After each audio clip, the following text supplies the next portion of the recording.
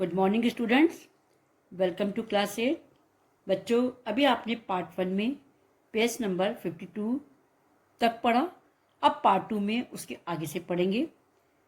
Mean while the sun and set and it had become cool, so the king with the hermit's help carried the wounded man into the hut and laid him on the bed. इसी बीच सूरज ढल चुका था और ठंडा हो गया था, इसलिए राजा ने धर्म पत्नी की मदद से घायल आदमी को झोपड़ी में ले जाकर बिस्तर पर लिटा दिया। Laying on the bed, the man closed his eyes and was quiet, but the king was so tired from his walk and from the work he had done that he crouched down on the threshold and also fell asleep, so soundly that he slept all through the short summer night.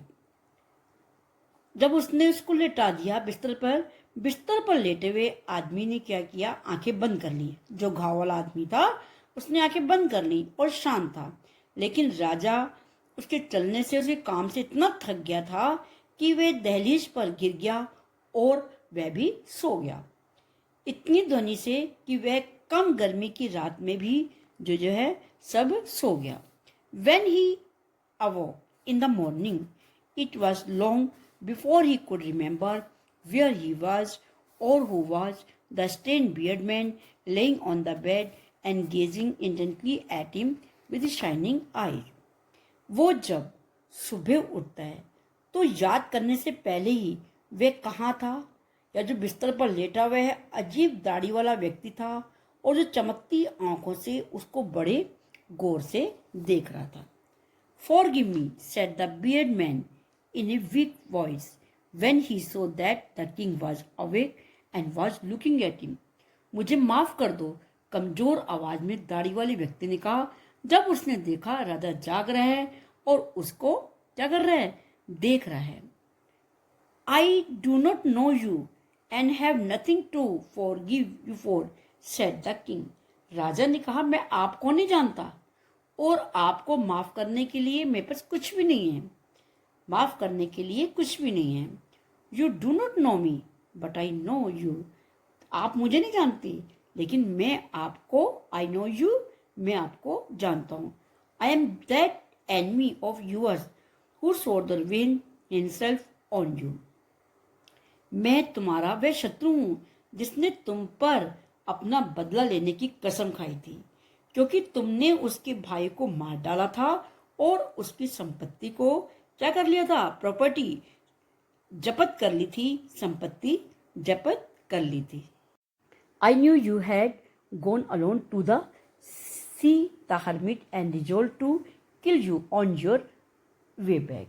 मुझे पता था कि तुम अकेले ही धर्मशाला देखने गए थे, but the day pass and you did not return.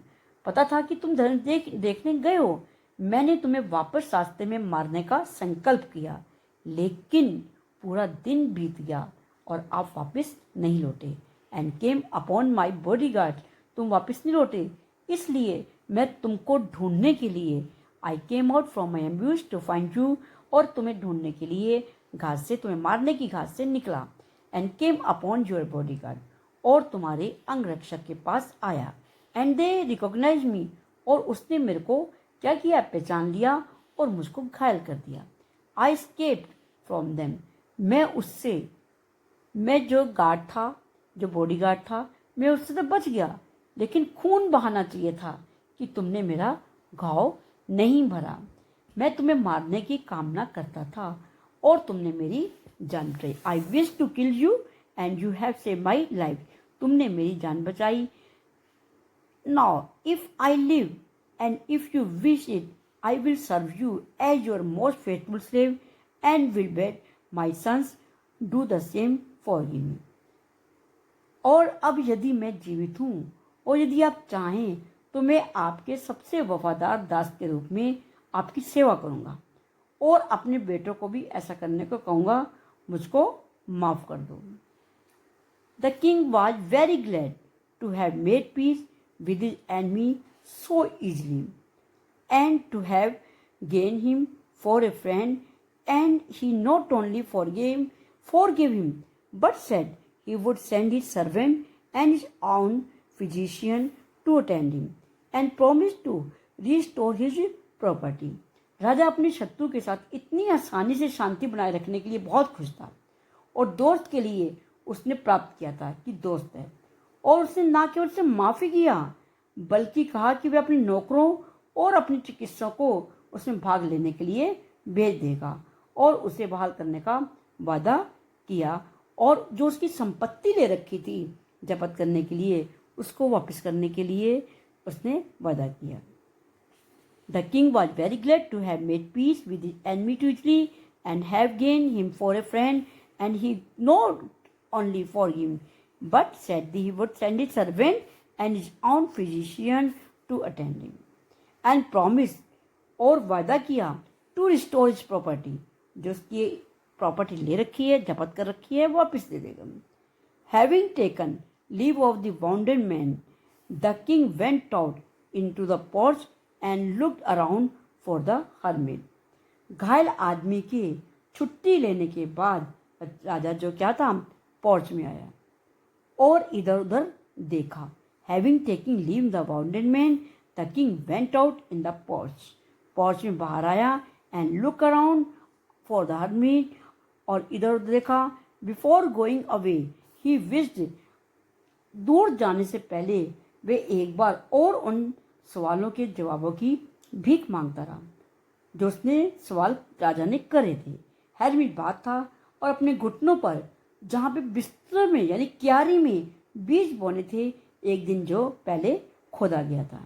The king approach him and said, for the last time I pray you to answer my question wise man. राजा ने उनसे संपर्क किया और कहा, आखिरी बार मैं आपसे प्रार्थना करता हूँ कि आप मेरे प्रश्नों का उत्तर दें, बुद्धिमान व्यक्ति। You have already been answered, तुमको पहले ही आंसर मिल चुका है, said the hermit, still crouching on his thin legs and looking up at the king. राजा को देखते हुए कहा, हु स्टूड बिफोर हिम, जो कि वो घुटने खेड़ा हुआ सामने खड़ा था, उसको जवाब दिया। How answer, what do you mean, asked the king. कैसा आंसर, उसने कैसा जवाब, तुम्हारा क्या मतलब है, राजा ने पूछा। डू यू नॉट सी, क्या तुम नहीं देखते, रिप्लाइड द हर्मिट, हर्मिट ने उत्तर दिया। If you had not pitied my weakness yesterday, जब तुम मेरे पास कल आए थे, यदि if you not pitied my weakness, मेरी कमजोरी पर, वीकनेस पर कल तुम मेरी दया नहीं दिखाते, and had not dug these beds for me, और ये क्यारी मेरे लिए नहीं खोदते, but had gone your way, और अपने रास्ते पर जा चुके होते, that man would have attack you, और जो आदमी था वो आप पर अटैक करता है, and you would have repented of not having stay with me, और मेरे पास तुम नहीं होते। So the most important time was when you were digging the beds. तुम्हारे प्रश्नों का जवाब ये है जो तुमने कहा कि जो मोस्ट इम्पोर्टेंट टाइम क्या है, तो मोस्ट इम्पोर्टेंट टाइम ये है was when were you digging the beds, जब तुम खेत खोद रहे थे, जब खुदाई कर रहे थे, जब तुमने मुझसे कुदाल मांगा था, तो and I was the most important man, और वो मेन आपने पूछा आदमी कौन था, किस आदमी मेन आदमी थे, तब मैं I was the most important man, मैं वो एक इम्पोर्टेंट और मैं वो एक महत्वपूर्ण आदमी था। And to do me good was your most important business, और मुझे अच्छा करने के लिए आपका सबसे महत्वपूर्ण व्यवसाय था। बाद में and was most important man and to do me good was your most important business. Afterwards when that man ran to us, और जब बाद में जब वह आदमी जो सफ़ेद दाढ़ी वाला जो था वो आदमी हमारे पास आया, तो सबसे महत्वपूर्ण समय था जब आप उसके पास जा रहे थे। अगर आपने उसके घावों को नहीं बांधा होता तो वे आपके साथ शांति बनाए बिना मर जाता। इसलिए when you were attending to him, for you had not bound his wound, he would have died without having made peace with you, तो क्या आपके साथ शांति बनाए बिना मर जाता। So he was the most important man, इसलिए वह सबसे महत्वपूर्ण व्यक्ति था।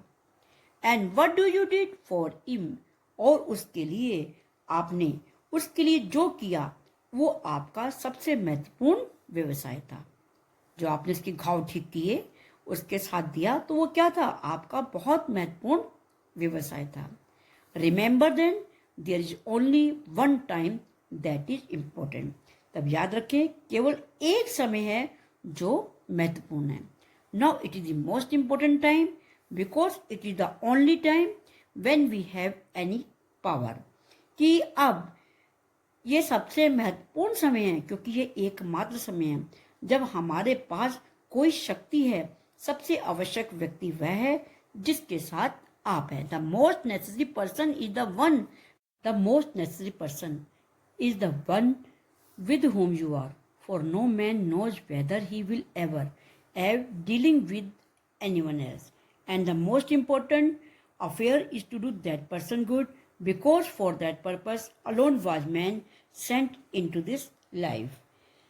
अब ये महत्वपूर्ण समय है क्योंकि ये एकमात्र समय है जब हमारे पास कोई शक्ति है। सबसे आवश्यक व्यक्ति वह है जिसके साथ आप हैं, क्योंकि कोई भी व्यक्ति यह नहीं जानता कि क्या वह कभी किसी और के साथ व्यवहार करेगा। और सबसे महत्वपूर्ण मामला उस व्यक्ति को अच्छा करना है, क्योंकि उस उद्देश्य के लिए अकेले आदमी को इस जीवन में भेजा गया था।